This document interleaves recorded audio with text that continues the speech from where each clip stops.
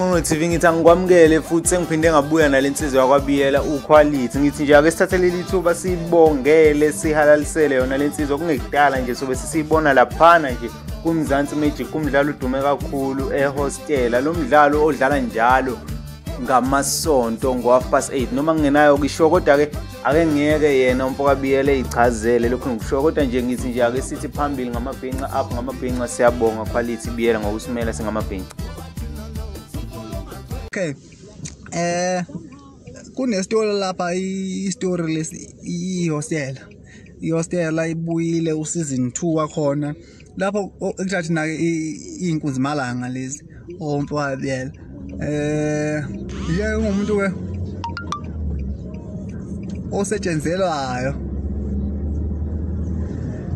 Ngithe angikhiphe busy ngezinye izinto. Shuthi ngoba ungibona nje ku screen TV lesefoni. Okuqhubeka uzongibona ku screen se TV nje ngicathi next week ngesonto lakusasa kulona ngiyaqala ngiyavela lapha kwi hostela ngiyavela impela kwi hostela ngesonto